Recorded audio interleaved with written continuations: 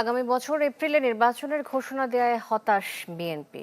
দলটির মহাসচিব মির্জা ফখরুল ইসলাম আলমগীর বলেছেন, নির্বাচনের জন্য এপ্রিল মাস কোনোভাবেই উপযোগী নয়।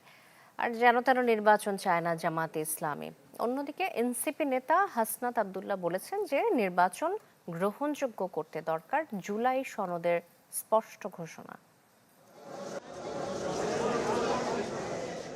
ঈদের নামাজের পর রাজধানীর শেরেবাংলা নগরে বিএনপির প্রতিষ্ঠাতা জিয়াউর রহমানের কবরে ফাতেহা পাঠ ও দোয়া মোনাজাতে অংশ নেয় বিএনপির নেতাকর্মীরা।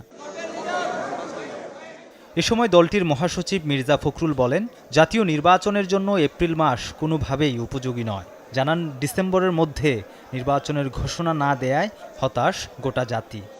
প্রত্যাশা জনগণের পূরণ হয়নি এবং যে সময়টি নির্ধারণ করা হয়েছে সময়টি বাংলাদেশের নির্বাচনের জন্য সঠিক সময় নয়। আমরা মনে করি যে ডিসেম্বরেই নির্বাচন হওয়া সম্ভব এবং সেটাই জাতির জন্য সবচেয়ে উপযোগী হবে।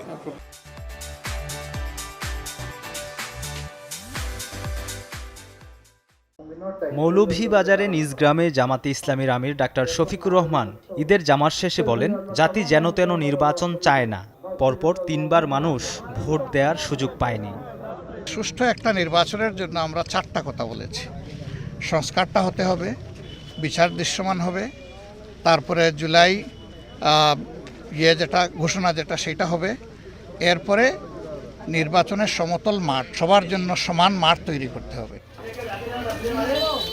কুমিল্লার দেবিদ্বারে ঈদের নামাজ শেষে কথা বলেন জাতীয় নাগরিক পার্টির দক্ষিণাঞ্চলের মুখ্য সংগঠক হাসনাত আব্দুল্লাহ।